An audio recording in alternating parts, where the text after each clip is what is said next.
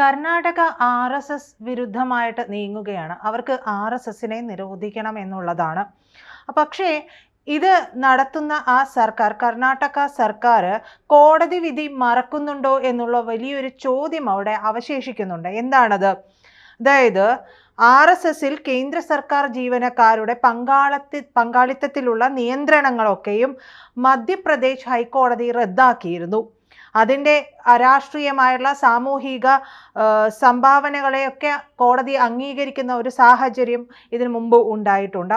മുൻകാല മതേതര വിരുദ്ധ അവകാശവാദങ്ങളെയൊക്കെ അടിസ്ഥാനത്തെ ചോദ്യം ചെയ്തുകൊണ്ടായിരുന്നു ഈ ഒരു കോടതി വിധി വന്നിട്ടുള്ളത്. അതിലേക്ക് പോകുമ്പോഴാണ് കർണാടകയിലെ കോൺഗ്രസ് സർക്കാർ രാഷ്ട്രീയ സ്വയം സേവക സംഘത്തെ, അതായത് RSSന്റെ ലക്ഷ്യം വയ്ക്കാനായിട്ട് അടുത്ത ഒരു നീക്കം നടത്തിയിട്ടുള്ളത്. അപ്പോൾ ആ ശ്രമങ്ങളൊന്നും പുതിയതല്ല എന്നുള്ളതാണ് നമ്മളിവിടെ പറഞ്ഞു വയ്ക്കാൻ ശ്രമിക്കുന്നത്. അപ്പോൾ മുൻകാലങ്ങളിലും കോൺഗ്രസ് സർക്കാരുകളൊക്കെയും ഈ RSS പ്രവർത്തനങ്ങളെ ലക്ഷ്യം വെച്ചിട്ടുണ്ട്. RSSനെ എന്തിനാണ് കോൺഗ്രസ് സർക്കാർ ഇവിടെ ഭയപ്പെടുന്നത് എന്നുള്ള ഒരു ചോദ്യം അവിടെ അവശേഷിക്കുന്നുണ്ട്. നമുക്കറിയാം, പ്രത്യക്ഷത്തിൽ തന്നെ രാഷ്ട്രത്തിന് എതിരെയുള്ള പ്രവർത്തനങ്ങളുമായി പോകുന്ന പല സംഘടനകളും ഇവിടെ ഉണ്ടെന്നിരിക്കെ രാജ്യത്തിൻ്റെ പല സംസ്ഥാനങ്ങളിലുമൊക്കെ എന്തിനാണ് RSSനെതിരെ മാത്രമായിട്ട് ഒരു നീക്കം നടത്തുന്നത്? RSS അങ്ങനെ ഒരു സംഘടനയാണെങ്കിൽ ഇപ്പുറത്ത് നടത്തുന്ന സംഘടനയ്ക്കെതിരെയും ഒരു തീരുമാനമെടുക്കാനൊക്കെ നമ്മൾക്ക് കഴിയണം. അപ്പോഴാണ് അത് അനുയോജ്യമായ ഒരു കാര്യമായി മാറുക. അതല്ലാതെ ഒരു പക്ഷം ചേർന്ന് ചില പക്ഷത്തിന് വേണ്ടി ഒരു സംഘടനയെ ഇല്ലാതെയാക്കാൻ ശ്രമിക്കുക എന്ന് പറയുന്നത് അത് കോൺഗ്രസിന്റെ പരാജയം കൂടി സൂചിപ്പിക്കുന്ന ഒന്നാണ്. അതായത് മധ്യപ്രദേശ് ഹൈക്കോടതിയുടെ സുപ്രധാന വിധി ഉണ്ട് എന്ന് പറഞ്ഞ കാര്യം ഇതാണ്. ആ കേസ് ഇങ്ങനെയാണ്: Purushottam Gupta versus union of India. ആ ഒരു കേസിലാണ് മധ്യപ്രദേശ് ഹൈക്കോടതി കേന്ദ്ര സർക്കാർ ജീവനക്കാർ RSSന്റെ പ്രവർത്തനങ്ങളിൽ അംഗമാകുന്നതോ പങ്കെടുക്കുന്നതിനൊക്കെയോ ഉള്ള നിയന്ത്രണങ്ങൾ സംബന്ധിച്ച വിഷയം കൈകാര്യം ചെയ്തത്. 1966, 1970, 1980 വർഷങ്ങളിൽ കേന്ദ്രത്തിലെ കോൺഗ്രസ് സർക്കാരുകൾ പുറപ്പെടുവിച്ചിട്ടുള്ള മെമ്മോറാണ്ടങ്ങളുണ്ട്. ഈ മെമ്മോറാണ്ടങ്ങൾ വഴിയാണ് ഈ നിയന്ത്രണങ്ങളൊക്കെയും ഏർപ്പെടുത്തിയിട്ടുള്ളത്. 2024 ജൂലൈ 25 നൽകിയിട്ടുള്ള വിധിന്യായമുണ്ട്. ഈ വിധിന്യായത്തിൽ ഹൈക്കോടതി ഈ നിയന്ത്രണങ്ങൾ റദ്ദാക്കുക മാത്രമല്ല, ചില സുപ്രധാനമായിട്ടുള്ള കാര്യങ്ങളൊക്കെ, നിരീക്ഷണങ്ങളൊക്കെ നടത്തുക കൂടി ചെയ്തിട്ടുണ്ട്. പൊതു ദേശീയ താൽപ്പര്യങ്ങൾക്കായിട്ട് പ്രവർത്തിക്കുന്ന സന്നദ്ധ സംഘടനകളെ എക്സിക്യൂട്ടീവ് നിർദ്ദേശങ്ങളോ OMSകളോ അന്യായമായി നിയന്ത്രിക്കുന്നില്ല എന്ന് ഉറപ്പാക്കാനും ഭാവിയിൽ സമാനമായ സാഹചര്യങ്ങൾ ഉണ്ടാവുന്നില്ലെന്ന് ഉറപ്പാക്കാനുമൊക്കെ ഈ നിരീക്ഷണങ്ങൾ നമ്മൾ അറിഞ്ഞിരിക്കുന്നത് നന്നായിരിക്കും. അതായത് ഇതിൽ പ്രധാനമായിട്ടും പറയുന്നത് RSSനെ വിമർശിക്കുന്നവരെല്ലാം ഓർക്കേണ്ടുന്ന ഒരു കാര്യം, RSSനെ വർഗീയമോ അല്ലെങ്കിൽ മതേതര വിരുദ്ധമോ എന്ന് വിശേഷിപ്പിച്ചതിൻ്റെ അടിസ്ഥാനം എന്ത് എന്നുള്ളതാണ് കോടതി ചോദിച്ച ഒരു ചോദ്യം. അപ്പോൾ കോടതി പറഞ്ഞത് 1960കളിലും 70കളിലും RSS സംഘടനയുടെ മൊത്തത്തിലുള്ള പ്രവർത്തനങ്ങളെ വർഗീയമോ മതേതര വിരുദ്ധമോ ഒക്കെ ആയിട്ട് കണക്കാക്കിയത് എന്ത് പഠനത്തിൻ്റെ അടിസ്ഥാനത്തിലാണ് എന്നുള്ളതാണ് ചോദ്യം. കേന്ദ്ര സർക്കാർ ജീവനക്കാർ RSSുമായിട്ടും അതിൻ്റെ നിരവധി പ്രവർത്തനങ്ങളുമായിട്ടുമൊക്കെ, അതായത് സാമൂഹിക രാഷ്ട്രീയ ആരോഗ്യം, ദുരന്ത നിവാരണ പിന്തുണ, മതപരവും വിദ്യാഭ്യാസപരവുമായിട്ടുള്ള കാര്യങ്ങളിലൊക്കെ ഇടപെടുന്നുണ്ട്. അപ്പോൾ ഇത്തരത്തിലൊക്കെ ഇടപഴകുന്നത് മുഴുവൻ സമൂഹത്തിലും വർഗീയ വികാരങ്ങളും വർഗീയ പക്ഷപാതവും ഒക്കെ വളർത്തുമെന്ന് അന്നത്തെ സർക്കാരിനെ വസ്തുനിഷ്ഠമായിട്ട് തൃപ്തിപ്പെടുത്താൻ കാരണമായിട്ടുള്ള അനുഭവപരമായിട്ടുള്ള ആ ഒരു റിപ്പോർട്ട്, സ്റ്റാറ്റിസ്റ്റിക്കൽ സർവേ അല്ലെങ്കിൽ ആ മെറ്റീരിയൽ എന്തായിരുന്നു എന്നുള്ളതാണ് ചോദിച്ചത്.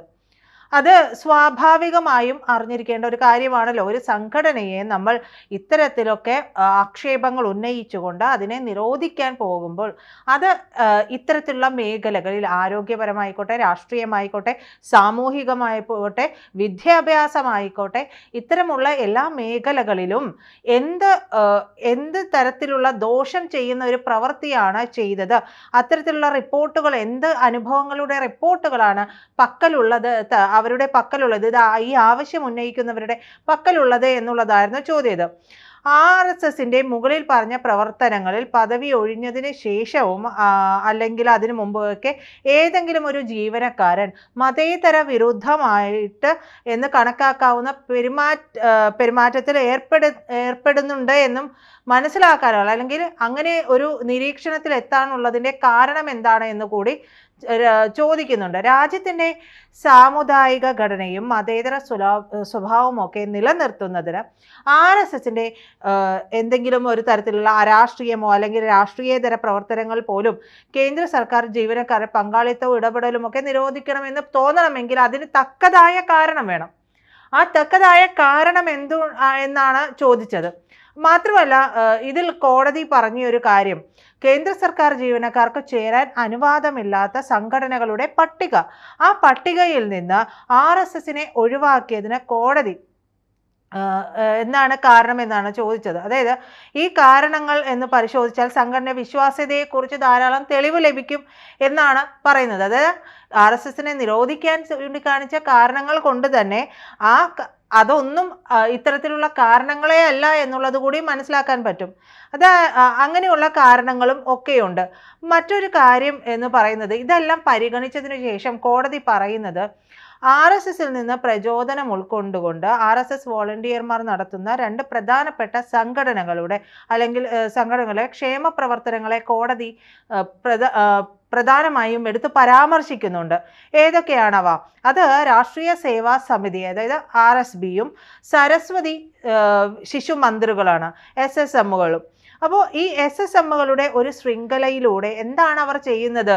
ദരിദ്ര പശ്ചാത്തലങ്ങളിൽ നിന്നുള്ള ലക്ഷക്കണക്കിന് വിദ്യാർത്ഥികൾ അവർക്ക് പ്രാഥമികമായിട്ടുള്ളതും ഹയർ സെക്കൻഡറി വിദ്യാഭ്യാസം സൗജന്യമായിട്ടോ അല്ലെങ്കിൽ കുറഞ്ഞ ചെലവിലോ ഒക്കെ ലഭിക്കുന്നതിന് കാരണമുണ്ട്. അപ്പോൾ ഈ സ്കൂളുകൾക്കൊന്നും രാഷ്ട്രീയപരമായിട്ടുള്ള വ്യത്യാസം ഒന്നുമില്ല. സ്കൂളുകൾ എന്ന് പറയുന്നത് വിദ്യാർത്ഥികൾക്ക് പഠിക്കാനുള്ളതാണ്, അതിൽ രാഷ്ട്രീയമൊന്നുമില്ല എന്നുള്ളതാണ് കോടതി വ്യക്തമായി അതിൽ നിന്ന് നിരീക്ഷിച്ചിട്ടുള്ള ഒരു കാര്യം. സമൂഹത്തിലുള്ള ദരിദ്രരായിട്ടുള്ള കുട്ടികൾ, ആ കുട്ടികൾക്ക് രാഷ്ട്രീയ പ്രത്യയശാസ്ത്രങ്ങളോ അല്ലെങ്കിൽ മറ്റെന്തെങ്കിലും ലക്ഷ്യങ്ങളോ ഒന്നും തന്നെ ഇല്ല. അപ്പോൾ അതൊന്നുമില്ലാതെ RSSന്റെ വലിയ ഒരു പതാകയ്ക്ക് കീഴിൽ ഇത്തരത്തിലൊരു സംരംഭവുമായി മാത്രം സജീവമായി ബന്ധപ്പെടാൻ ആഗ്രഹിക്കുന്ന ഒരുപാട് ആളുകൾ നമ്മുടെ രാജ്യത്തുണ്ട്. അവർക്കൊക്കെ ഒരു തടസ്സമാവുകയാണ് ഈ ഒരു കാര്യം എന്ന് പറയുന്നത്. RSSനെ നിരോധിക്കുക അല്ലെങ്കിൽ അതുമായി ബന്ധപ്പെട്ട് പ്രവർത്തിക്കരുത് എന്ന് പറയുന്ന ഒരു നിർദ്ദേശം ഇതിനൊക്കെ വിഘാതമായിട്ട് നിൽക്കുകയാണ്. ഈ പറയുന്ന RSBയെ കുറിച്ച്, രാഷ്ട്രീയ സേവാ ഭാരതിയെക്കുറിച്ചും കോടതി നിരീക്ഷിക്കുന്നുണ്ട്. സേവാഭാരതിയും 1200 മറ്റ് അനുബന്ധ ട്രസ്റ്റുകളും NGOകളും ഉൾപ്പെടെ 45 പ്രതിനിധി സംഘടനകളിലൂടെ RSB രാജ്യത്തെമ്പാടും പ്രവർത്തിക്കുന്നുണ്ട്. നോക്കുക എത്രത്തോളം ആഴത്തിലാണ് അത് പ്രവർത്തിക്കുന്നത്. അപ്പോൾ രാജ്യമെമ്പാടും ഒരു പാൻ ഇന്ത്യ തലത്തിൽ സ്ഥാപിതമായിട്ടുള്ള വലിയൊരു ആൽമരമാണ് ഈ RSS എന്ന് പറയുന്നതെന്ന് കോടതി എടുത്തു പറയുകയാണ്. അപ്പോൾ എല്ലാ സംസ്ഥാനങ്ങളിൽ നിന്നുമുള്ള ലക്ഷക്കണക്കിന് വോളണ്ടിയർമാർ രാജ്യത്തെ നിസ്വാർത്ഥമായിട്ട് സേവിക്കുന്നുണ്ട്. RSSന്റെ സാമൂഹികവും ഏറ്റവും ജീവകാരുണ്യപരവുമായിട്ടുള്ള വശത്തിൻ്റെ മറ്റൊരു ഉദാഹരണം അതിൻ്റെ ഫീൽഡ് വോളണ്ടിയർമാരാണ്. ഈ ഫീൽഡ് വോളണ്ടിയറും വലിയ തോതിലുള്ള പുനരധിവാസം, ദുരന്ത നിവാരണ സഹായ പരിപാടികളിലൊക്കെ സജീവമായിട്ട് യാതൊരു ലാഭേച്ഛയുമില്ലാതെ ഇടപെടുന്നുണ്ട്. പ്രത്യേകിച്ച് പല സംസ്ഥാനങ്ങളിലുമൊക്കെ ഇന്ന് വെള്ളപ്പൊക്ക ദുരിതാശ്വാസ സഹായവും RSSന്റെ സാമൂഹികവും ജീവകാരുണ്യ വിഭാഗവും ഒക്കെ ഇതിൻ്റെയൊക്കെ ഭാഗമാകുന്നുണ്ട്. ഇത്തരത്തിലുള്ള സഹായങ്ങൾ എത്തിക്കുന്നതിന് വേണ്ടിയിട്ട് അതിനുവേണ്ടി ഒരു ഫണ്ട് പിരിവോ കാര്യങ്ങളോ ഒന്നുമല്ല. അതിൻ്റെ പേരിൽ യാതൊരു തരത്തിലുമുള്ള മോശ അഭിപ്രായങ്ങളും വന്നിട്ടില്ല എന്നുള്ളതാണ്. അപ്പോൾ ഇത്തരത്തിലുള്ള ഒരു ആൽമരമാണ് എന്നുള്ളത് RSS എന്ന് പറയുന്നത് ഇത്തരത്തിലുള്ള സാമൂഹികവും രാഷ്ട്രീയവും വിദ്യാഭ്യാസവും അങ്ങനെ ഒരു ജീവിതത്തിൻ്റെ സമസ്ത മേഖലകളിലേക്കും ആഴത്തിൽ ഇറങ്ങിച്ചെന്ന് പ്രവർത്തിക്കാൻ കഴിയുന്ന ഒരു പറ്റം സംഘടന, അതായത് ഒരു വലിയ ആൽമരമാണ്, ഒരുപാട് പേർക്ക് തണലേകുന്ന ഒരു സംഘടനയാണ് എന്നുള്ളത് കോടതി ചൂണ്ടിക്കാണിക്കുകയാണ് ചെയ്യുന്നത്. അപ്പോൾ ഇത്തരത്തിലുള്ള കാര്യങ്ങൾ ചെയ്യുന്ന RSSനെ രാഷ്ട്രീയ പ്രവർത്തനങ്ങളാണ്, വർഗീയമാണ്, മതേതര വിരുദ്ധമാണ്, ദേശീയ താല്പര്യത്തിന് വിരുദ്ധമാണ് എന്നൊക്കെ പറഞ്ഞ് ചിത്രീകരിച്ച് കാണിക്കുന്നത് ഒരിക്കലും നല്ലതിനാകില്ല എന്നുള്ളതാണ് നമ്മൾ ഇതിൽ നിന്ന് മനസ്സിലാക്കേണ്ടത്. അപ്പോൾ എന്തുകൊണ്ടാണ് കർണാടകയിൽ RSSനെ നിരോധിക്കണമെന്ന് പറഞ്ഞുകൊണ്ടുള്ള വാദം ഉയർത്തുന്നത്? അതിന് പിന്നിൽ പല താല്പര്യങ്ങളുമുണ്ട്. ഒരുപക്ഷെ അതിനു പിന്നിൽ പ്രവർത്തിക്കുന്ന മറ്റു പലരും ഉണ്ടാവും. പലരുടെയും കൈയാളുകളായിട്ട് പ്രവർത്തിക്കുന്നത് കൊണ്ടായിരിക്കാം ഇത്തരം ഒരു ആവശ്യവുമായിട്ട് ഈ ഒരു കാലഘട്ടത്തിൽ പോലും വരുന്നത്. നമ്മൾക്ക് ഒരു സംഘടനയെ നിരോധിക്കണമെന്നോ അല്ലെങ്കിൽ അതിൻ്റെ പ്രവർത്തനം നിർത്തണമെന്നോ ഒക്കെ ആവശ്യപ്പെടാം. പക്ഷേ അതിന് കാരണങ്ങളുണ്ടായിരിക്കണം. ഒരുപാട് പേർക്ക് തണലേകുന്ന ഒരു മഹാവൃക്ഷത്തെ കടക്കിൽ നിന്ന് വെട്ടി ആക്കാൻ വേണ്ടിയിട്ടല്ല, പല താല്പര്യങ്ങൾക്കും വേണ്ടിയിട്ട് അങ്ങനെ ചെയ്യുകയല്ല വേണ്ടത് എന്നുള്ളത് ഈ കോടതി വിധിയിലൂടെ വ്യക്തമാക്കപ്പെടുന്നുണ്ട്. കൂടുതൽ വാർത്തകളും വിശേഷങ്ങളും നിങ്ങളിലേക്ക് എത്താൻ ABC മലയാളം സബ്സ്ക്രൈബ് ചെയ്യുക, ബെൽ ബട്ടണും അമർത്തുക.